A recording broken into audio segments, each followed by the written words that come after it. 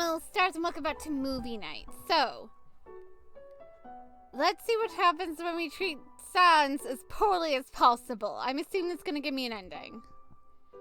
Knock, knock. You hear soft steps coming closer from the inside of the house. You can't help but let a small smile loose on your face. Nobody was seeing you, so who cares, right? You've been looking forward to today for weeks now. You could allow yourself a little self-indulgence. The door squeaks open just in time so that you don't give away how giddy you are, which is a good amount of giddy. You quickly get a hold of yourself right when the door opens, so a little much needed to let the voices slip through. Who's there? You have to restrain a giggle as you reply. Handsome. Handsome who? Handsome me! You hear a snort from the other side of the door before seeing it finally open. Hey, buddy. How's it going? Always nice to see Sans' goofy face smiling at you. You haven't seen him in what, weeks, months? It never fails to warm your heart. Except for now, 'cause it's freezing. Even Sans' big old grin could do nothing against that frickin' freezing air that's literally going up your spine right now and biting at your butt. Was about to think you'd never show up. You asked if he was falling asleep. Maybe. Yes. That didn't surprise you. Isn't Papyrus home? It's his job to wake up your sleepy butt. Perhaps went grabbing some snacks. Hard for you to imagine they didn't have any snacks in the house. I mean, it's not like we're out. Called it.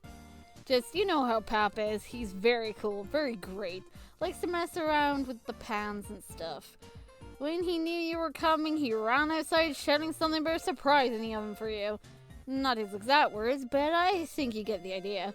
The thought of Papyrus cooking things specially for you activates the fight or flight response again.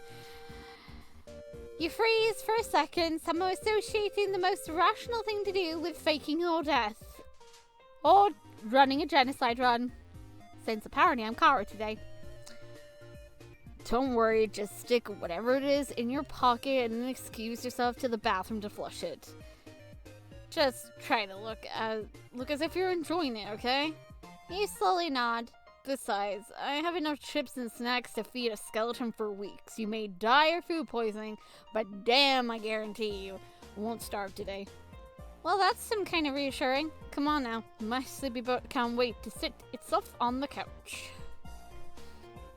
The warmth of the house is nice on your skin after the cold outside breeze, especially after you'd talked outside for no reason like idiots. You happily take off your coat and scarf, finally free from the suffocating clutches of synthetic cotton. Sans lets gravity help him settle on the couch. He rests his pink slippers on the nearby table, maintaining eye contact, and you thank heavens Papyrus isn't there to yell at him. Make yourself at home. He gestures to you in your heavy coat. If you were at home, you just throw it behind you as soon as you entered the door. But you figured it would be rude, so you just settled it for the clothes hanger. You're no fun. You stick out your tongue at him. What? Throw your coat at him in violence. Just go, eh! Try to kill him with a coat. He's caught off guard as the heavy pile of fluff lands on his head, but he doesn't seem to regret teasing you.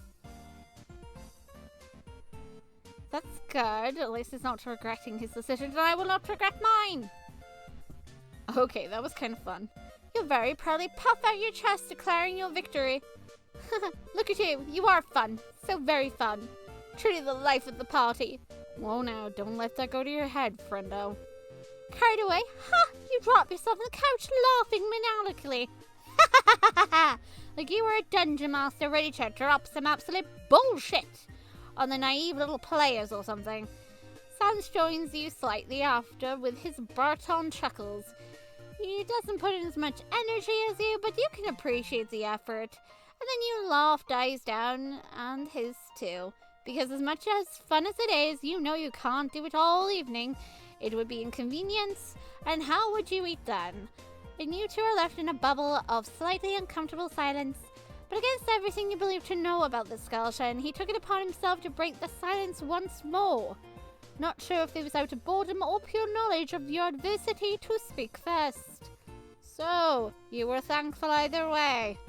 I don't really know when Pops will be back. Could be a minute, could be hours, who knows. Great, more awkward silence, bring it on! You thought. You were already embarrassed yourself anyway. Could you really sink any lower? The answer was, and you knew it very well, that yes. Yes, you could. So, do you want to wait for him, or because he's so cool, and because he's already seen everything in the movie box? He said we could start without him. But we'd have to pause if we got to the good bits. He really doesn't want to miss those. I have no idea what the good bits are, but I'm sure we'll figure it out. You doubt that considering his cynicism towards movies, but whatever. In the worst case scenarios, you could just turn off the TV as soon as you heard the door open or dust him when he came in. But on the other hand, you would feel guilty to start the movie already. You could peacefully wait in the uncomfortable silence, couldn't you? Let's wait. You're right. There's no movie night without my bro. His comments are half the fun after all. Yep, and because I'm going to go and annoy you. I'm going to see what happens when I annoy you. If I get a different ending or not. Let's find out, shall we, kiddies? You couldn't agree more. Listening to Papyrus yelling at the screen was most of the time more entertaining than the movie itself. So, let's wait then. He makes himself comfortable, pillowing his skull with his hands being made of hard bone. The level of comfiness was left unknown, and he closes his eyes, choosing to patiently wait for time to pass rather than trying to kill it. Ah, that was great.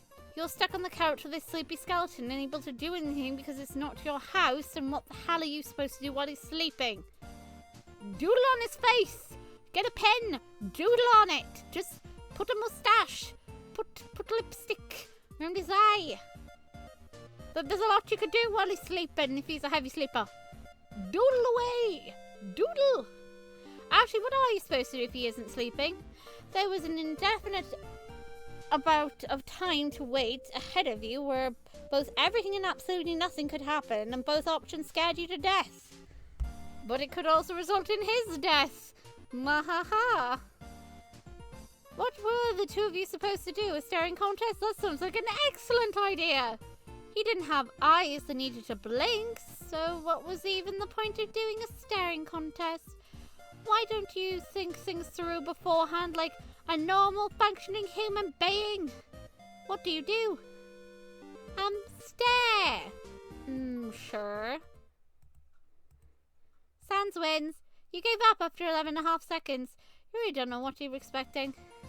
Stick your hand in his eye socket.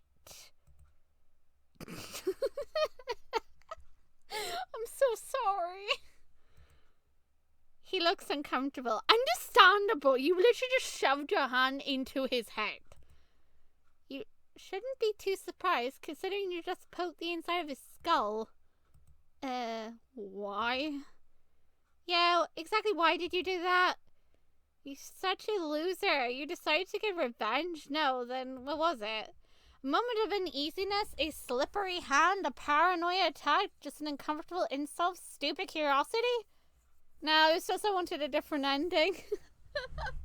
Not even a good reason, really. Not even you know why you did that. You probably just committed the highest form of disrespect towards skeleton monsters, and you don't even have a good reason for it.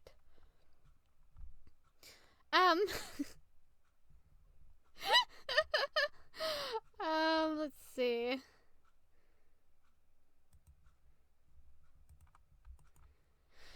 Let's go with... Geez, that was weird. Of course that was weird. What do you expect from poking a skeleton in the eye socket? A pleasant surprise? God, no. Hopefully not. And if that was weird for you, the eye poker, imagine how weird it must have been for the eye poked. And he doesn't even have eyes. Just imagine how weird it was to have you poke something you don't even have. That's not exactly the reaction I hope to get. Look, kiddo, I get it, really. Monsters are new here. Everything is weird, and you're just a tad more curious than socially acceptable. But really, that's just rude. You wouldn't go poking humans in the eye, would you? And honestly, poking someone who doesn't even have eyes is even worse. What's up with the eye thing? Sounds weird. Dude, I don't think you realize you literally shoved a hand inside my skull. I know you aren't used to having an empty skulls and open rib cages, but try to have an open mind about it, okay? You know how humans consider rude having their hair touched without permission? Kind of the same thing going on here. It's not a bad thing, but you need to ask first, okay? It's just something very personal and different for every monster. Maybe Pops is fine with it. What the heck do I know?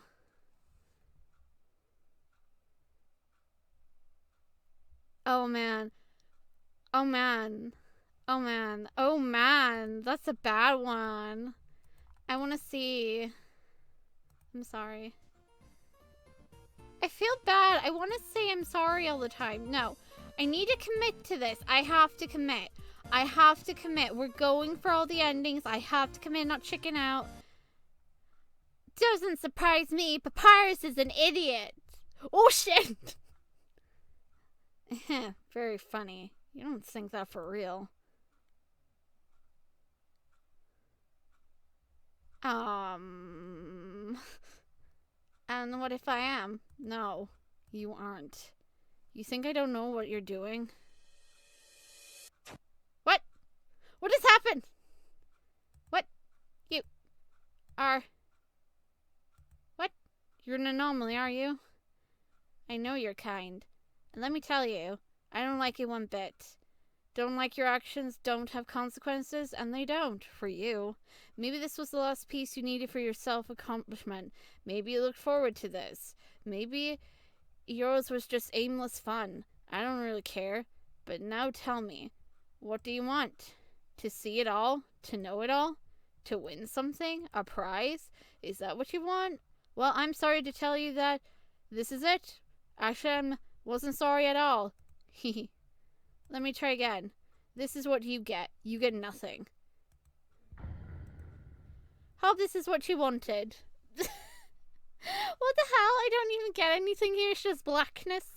So remember, kids, don't go poking skeletons in the eye socket. It's quite rude, and you should ask permission first before you go prodding anyone in the eye. But I don't advise you poking anyone in the eye. This ending was understandable. Strong message. Don't be rude to skellies.